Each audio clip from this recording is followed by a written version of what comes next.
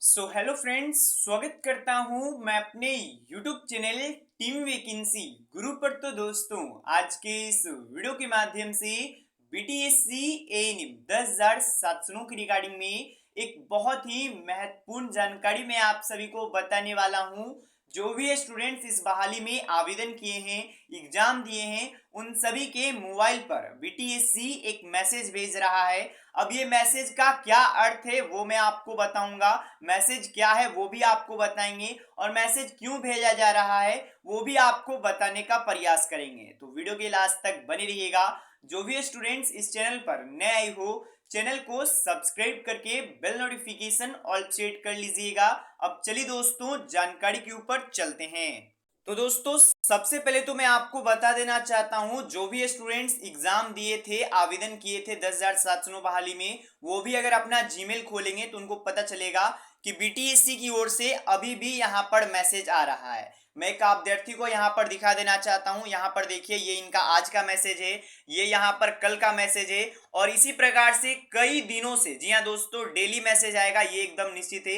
21 को, 20 को, 19 को, नीचे जाइएगा तो और नीचे यहाँ पर आया हुआ ही है, मतलब कि लगातार यहाँ पर मैसेज आ रहे हैं। इसके बाद एक और अभ्यर्थी का आप देख सकते हो, ये आज की डेट में उनका आया है, यहाँ पर उनको भी लगातार आ रहा है। 22 तारीख को भी यहाँ पर देख सकते हो आया है, और भी यहाँ पर इसी प्रकार से लगातार बीटीएससी के माध्यम से ये मेल आ रहा है दोस्तों।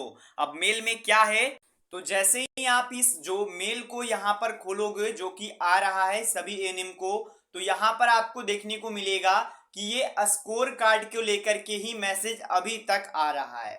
तो सबसे पहले तो जिन लोगों को भी आ रहा है, घबराइए मत। अब मैं आपको बताना चाहता हूँ क्या क्या यहाँ पर बताया रहेगा। इसमें आपको यही बताया जाएगा, डियर कैंडिडेट्स, आपको यहाँ पर बताना चाहते हैं कि बीटीएससी यानी कि बिहार टेक्निकल सर्विस कमीशन आपके लिए यहाँ पर स्कोर कार्ड जारी कर दिया है, जिसमें कि आपका सबसे पहले नाम रहेगा, उसके बाद स्कोर कार्ड जारी कर दिया गया है, उसके रिगार्डिंग बात रहेगा। और जो यहाँ पर आप लोग का एडवर्टाइजमेंट संख्या 7/2022 का है, उसका जारी किया गया, और आपको यहाँ पर बोला जाएगा कि आप इसके ऑफिशियली वेबसाइट पे जाइए, और नीचे आपको यहाँ पर जानकारी दिया हुआ रहेगा। आपका जो यहाँ पर पासवर्ड है, यूजर आईडी है और पासवर्ड है, वो आपका दिया रहेगा। और ये पहले ही बता देना चाहता हूँ, फेक मैसेज नहीं है। बहुत सारे स्टूडेंट्स कहेंगे सर ये फेक मैसेज है, आप लोग भी देख लीजिए, आप लोग का भी आया हुआ होगा। और नीचे यहाँ पर एक यूआरएल दिया हुआ रहेगा, जिसमें कि आप लोग को यहाँ पर क्लिक करके आप लोग डाउनलोड कर पाइएगा। देखिए, सबसे पहले मैं आपको बेसिकली बता देना चाहता हूँ, ये जो लिंक आ रहा है तो इससे घबराना नहीं है। ये बेसिकली एक ग्लिच आप कह सकते हो बीटीएससी का है, क्योंकि बीटीएससी की ओर से सब कुछ हो चुका है, लेकिन सभी लोगों को अभी भी जा रहा है। बहुत सारे लोग को ये पता नहीं होता है कि जो ये सभी चीजें हैं वो कंप्यूटराइज होता है, यानी कि अगर बीटीएससी चाहे तो वो एक बटन पे सभी लोगों को मैसेज कर सकता है, और वही हो रहा है। जो यहाँ पर बीटीएससी है वो अभी जो स्कोर कार्ड का है वो भी लगातार दे ही रहा है। यानी कि अगर आपको लग रहा है कि स्कोर कार्ड अगर आपने डाउनलोड नहीं किया तो एक बार देख लीजिएगा, अगर आपने नहीं किया है तो। बेसिकली ऐसे तो सभी लोग कर लिए होंगे, और इससे घबराने की बात नहीं है। और जो भी स्टूडेंट्स वैकेंसी के रिगार्डिंग में अपडेट मांगना चाह रहे हैं, उन लोगों के लिए भी बता देना चाहता हूं, जब तक केस के रिगार्डिंग में अपडेट नहीं हो जाता है, जब तक केस खत्म नहीं हो जाता है, तब तक यहां पर वैकेंसी का आगे का प्रक्रिया नहीं चलेगा। देखिए, आपको पता होगा, बहुत सारे स्टूडेंट कहेंगे सर तो केस तो कंप्लीट ही हो चुका है, लेकिन सरकार ने एलपीए दायर किया है, और एलपीए का जो हियरिंग है, हो सकता है 2 अप्रैल को लास्ट हियरिंग रहे और इसी दिन डिसीजन आ जाए। हो सकता है, मैं कह रहा हूं, क्योंकि नतीजा कुछ और भी आ सकता है। बाकी इंपॉर्टेंट अपडेट ये है कि मैसेज से आपको घबराना नहीं है। बहुत सारे लोग मैसेज कर रहे थे कि सर कुछ इस प्रकार से मैसेज आ रहा है हमारे मोबाइल में, तो इससे क्या कोई दिक्कत है, या फिर क्या हमें दोबारा चेक करना चाहिए स्कोर कार्ड। तो देखिए, दोबारा चेक कीजिएगा, तब पर भी वही स्कोर कार्ड डाउनलोड होगा, कोई भी घबराने की बात नहीं है। जो आपका स्कोर आया है वही स्कोर आएगा। ये नहीं होगा कि स्कोर इस बार बदल जाएगा या फिर कम हो जाएगा, वही का वही स्कोर रहेगा। केवल अभी बीटीएससी ये लगातार अभी भी सूचना दे रहा है, क्योंकि ये सभी चीज कंप्यूटराइज होते हैं दोस्तों।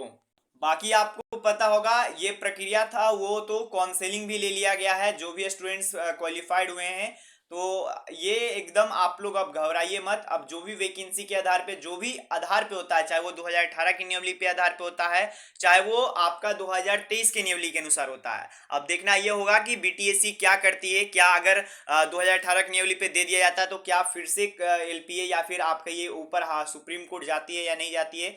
बहुत सारी बातें हैं, वो अब देखना होगा सरकार क्या लेती है। अब वेट सिर्फ आपको करना है। देखिए, कुछ दिखते हैं जिसके कारण से अभी के समय में देरी हो रहा है। जैसा कि मैं लगातार आपसे अनुरोध भी करता आ रहा था कि वैकेंसी को पूरा होने दीजिए, पूरा, क्योंकि वैकेंसी कई वर्षों के बाद आया है। जीएनएम की वैकेंसी तो 2019 में आई थी यहाँ पर परमानेंट, लेकिन ये एएनएम की वैकेंसी 2015 से ही नहीं आई है। 2015 क्या, उससे भी पहले से परमानेंट वैकेंसी नहीं आई थी बिहार में।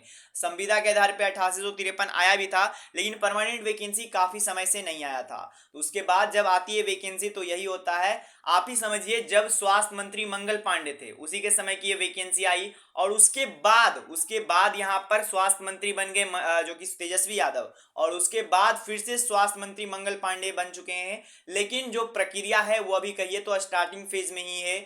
अभी आप इसे ना कह सकते हो अंतिम चरण पर है, बहाली मिडविन में है, ना ही अभी कंप्लीट हुआ है, ना ही अभी एक तरह से बोल सकते हो स्टार्ट हुआ है। तो ये स्थिति दिखाई जा रही है कि किस प्रकार से बहालियां चल रही है, और बिहार की यही स्थिति भी है दोस्तों। लगातार वैकेंसीज में ऐसा ही होता है।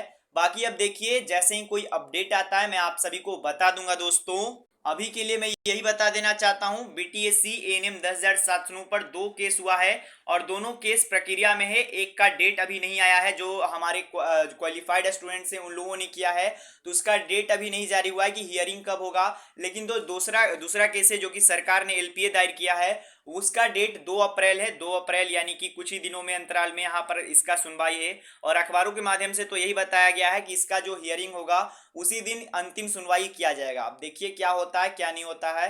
क्योंकि जो मुझे जानकारी है उसके अनुसार, अगर ये ऐसा लिखा भी गया है तो ये मौखिक रूप से जानकारी है। लिखित में होता है कि क्या अगर कोई भी वकील साहब है वो डेट मांग लेते हैं तो डेट दे दिया जाता है। अब देखना ये होगा कि क्या होता है 2 तारीख को। अब जैसे ही कोई अपडेट आता है मैं आप सभी को बता दूंगा।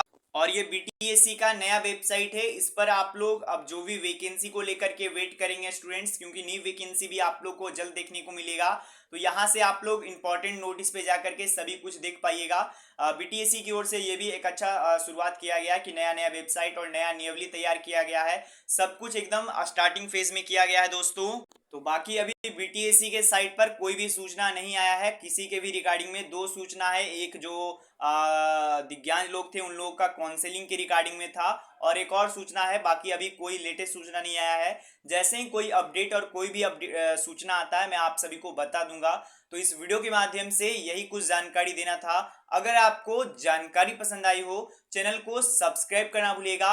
और हाँ दोस्तों, डिस्क्रिप्शन बॉक्स में आप सभी को हमारे सभी प्लेटफॉर्म का, चाहे वो टेलीग्राम हो जाए, चाहे वो व्हाट्सअप हो जाए, चाहे वो सभी हो जाए, सभी का लिंक आपको डिस्क्रिप्शन बॉक्स में मिल जाएगा। तो आप लोग जरूर से जरूर जुड़ जाइएगा दोस्तों। साथ ही में सोशल मीडिया जैसे फेसबुक और इंस्टाग्राम, ये सभी भी हमारे तरफ से बना दिया गया है, वहां पर भी आप लोग ज्वाइन हो जाइएगा, क्योंकि कोई छोटा मोटा अपडेट आता है तो वो भी मैं आप लोग को बता देता हूँ। तो धन्यवाद दोस्तों वीडियो देखने के लिए। मिलते दोस्तों कुछ में, तब तक के लिए गुड बाय।